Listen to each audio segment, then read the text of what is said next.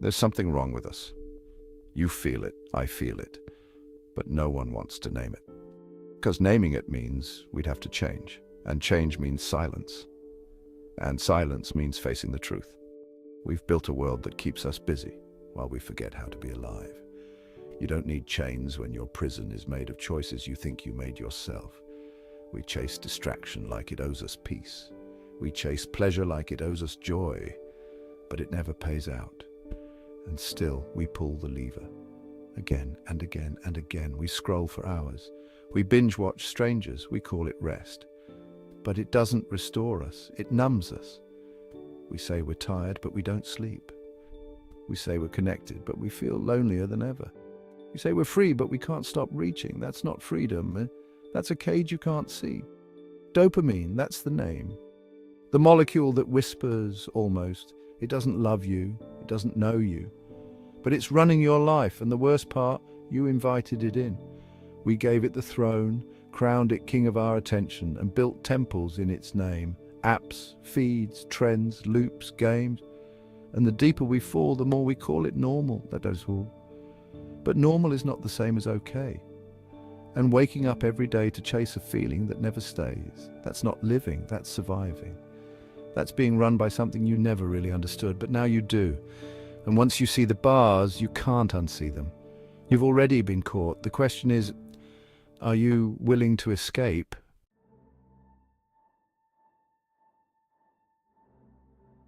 Arthur Schopenhauer didn't believe in happy endings. He believed in truth. And the truth he saw wasn't pretty. He said life isn't built on peace. It's built on craving. On a deep, unconscious drive that never stops moving. He called it the will. Not the will to succeed, or to grow, or to love. Just the will to want. A force with no destination, just a hunger that feeds on itself. Every time we get what we want, it disappears into the air, and the wanting returns. Schopenhauer said life swings like a pendulum, not between joy and despair, but between pain and boredom. Pain when we don't have what we want, boredom when we do, and in between, a flicker. A moment of light we mistake for meaning. He said every fulfilled desire lays the seed for a new one. That there is no final satisfaction, just another beginning, just another chase. You think you're building a life, but you're just redrawing the target again and again. And in a world engineered to feed your wanting, you will never be full. You will only get used to being hungry. He wasn't trying to depress you. He was trying to wake you up. Because once you see that the system isn't failing you, you see that it was never designed to let you win. And you weren't meant to feel satisfied. You were meant to keep scrolling, keep consuming, keep running. Schopenhauer wrote, "Wealth is like seawater. The more we drink, the thirstier we become. The same goes for fame, for novelty, for validations. It's all. Desire doesn't end when it's fulfilled. It expands, like fire when it's fed. We are not chasing joy. We are feeding the will, and the will never thanks you. It only asks for more. And the world you live in, this world of autoplay, endless scrolls, dopamine loops, is the perfect home for the will. It disguises hunger as entertainment. It calls addiction engagement. It wraps suffering in design, but this isn't new. Schopenhauer saw it before the first light bulb ever flickered on. Because this isn't about technology, it's about biology. It's about how we are wired to seek, and how no one ever taught us to stop. There's no finish line, no one more thing that finally makes you whole, just another craving. Just another promise that this time it'll be different, but it won't. And deep down you already know that.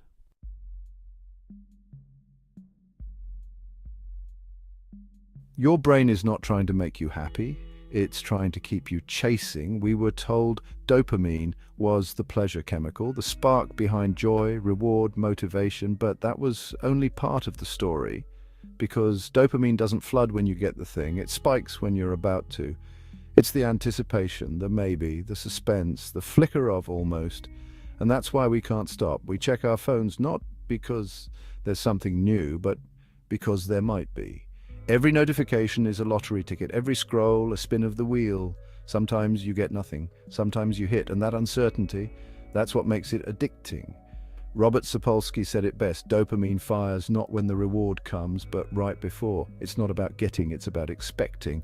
And the moment you arrive, it's gone. The buzz fades, the joy slips, and you're back to wanting again. This isn't a malfunction, it's the system working perfectly. The chemical that once helped us hunt and survive has been hijacked, repackaged into apps, feeds, loops, streaks, swipes. You are not being entertained. You're being trained to crave, to reach, to repeat. And the more you obey, the less it gives you in return, because dopamine adapts. Doesn't stay excited, it needs escalation. What thrilled you yesterday bores you today. So we chase more noise, more speed, more chaos. But more doesn't satisfy, it sedates. Dr. Anna Lemke calls this the dopamine deficit state. When we flood the brain with pleasure, the brain pushes back. It tilts the balance toward pain, not as punishment, as correction. What goes up must come down, and when you come down hard enough, you don't stop. You chase again, you scroll again, you binge again, and the loop continues. You escape discomfort by creating more of it. It's like trying to put out a fire with gasoline and wondering why the room is burning. We mistake stimulation for comfort, but it's not comfort, it's compulsion, and the more we confuse the two, the more we numb everything else. We stop enjoying the quiet, we stop noticing the world. We forget how to be alone without reaching for a screen. You're not broken. Your brain is doing what it was designed to do, in a world that learned how to profit from it. But knowing that is not the same as escaping it, because even now, even here, your mind is wondering what comes next, what scrolls beneath this, what's waiting just outside this moment. That's the addiction, not to the content, but to the chase. And unless you stop long enough to feel the emptiness, you'll keep feeding it. Like a man dying of thirst drinking seawater. The more you drink, the thirstier you become.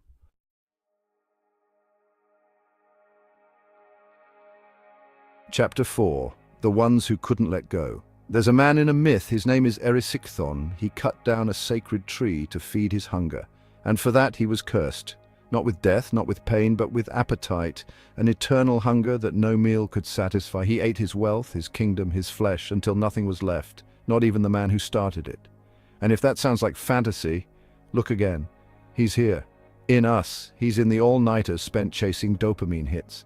In the person who opens social media to check one thing and wakes up an hour later, hollow and unsatisfied. We're not eating ourselves with teeth. We're doing it with time. We are the hunger. We are the curse. And this isn't mythology anymore. There was a real rat once in a real lab with a real button. Scientists wired its brain so that pressing the button gave it a direct hit of dopamine. And the rat pressed it again and again.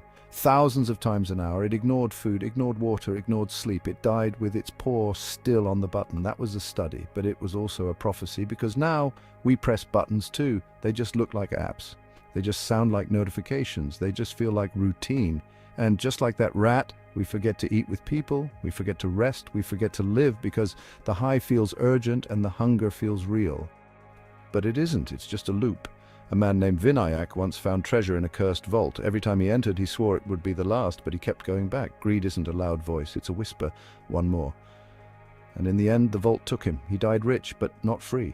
We think these stories are ancient, but they're here, now, everywhere. We return to vaults too, but ours are on screens. Our monsters don't guard gold, they guard our attention, and they never raise their voices. They don't have to, because we come back willingly. We call it just one more scroll, just one more episode, just 5 more minutes, and we laugh about it, we joke, we shrug, but we're not joking. We're bargaining, we're losing. And every time we say, I'll stop after this one, we forget we said that yesterday, and the day before, and the one before that. We don't lack discipline, we lack silence. And until we relearn how to sit in it, we'll keep returning to the very thing that's draining us.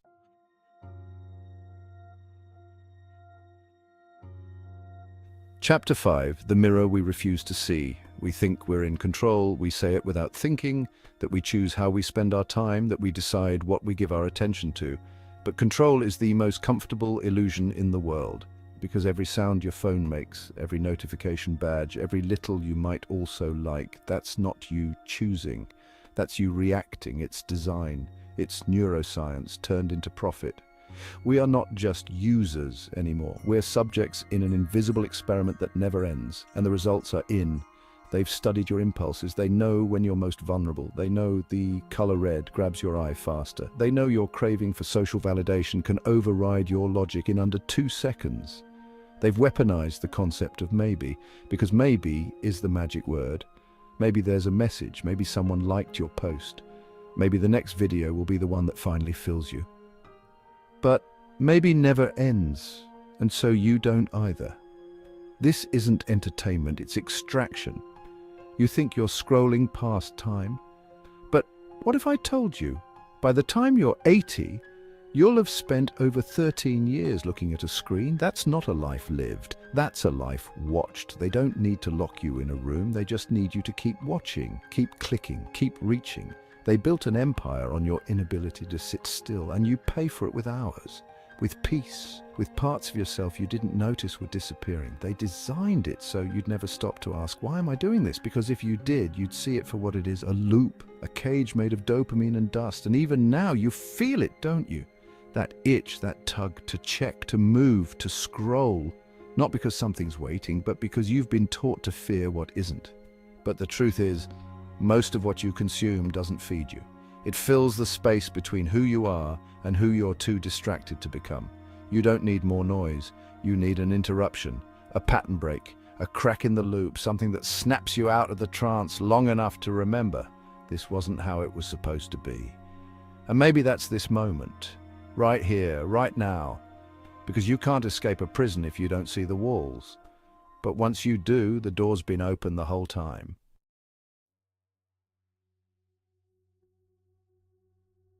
Chapter 6, The Quiet That Sets You Free. There's a story that begins under a tree. A man sits down, cross-legged, unbothered. Demons arrive, not with horns or flames, but with everything he's ever wanted. They offer him power, they offer him comfort, they offer him escape. He watches them, he listens, but he doesn't move, because he understands. Wanting is the real demon, and craving is the true chain. That man became the Buddha, not because he fought desire, but because he stopped answering it. In Buddhist lore, there are beings called hungry ghosts, spirits with mouths too small and stomachs too big. They eat endlessly, but they never feel full. They are condemned not by punishment, but by hunger. And if that sounds like fiction, go stand in a checkout line. Watch the faces lit by screens, the thumb flicks, the glazed eyes, the endless scroll. This isn't supernatural, it's systematized, a world built to keep you wanting. But not everyone agreed to play. The Stoics knew this long before algorithms. Seneca said, "It is not the man who has too little, but the man who craves more, who is poor." And Schopenhauer, in all his darkness, offered a kind of light. He said we could escape the will, not by feeding it, but by turning away, through art, through beauty, through stillness.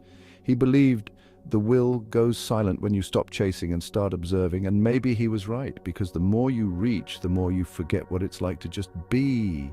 To walk without purpose, to sit without a plan, to listen without responding, to be alive without performing. Stillness isn't weakness, it's rebellion, it's resistance in a world that wants you overstimulated, overworked, and overwhelmed. So take it back. Not by deleting everything, but by stepping away on purpose. Let yourself be bored.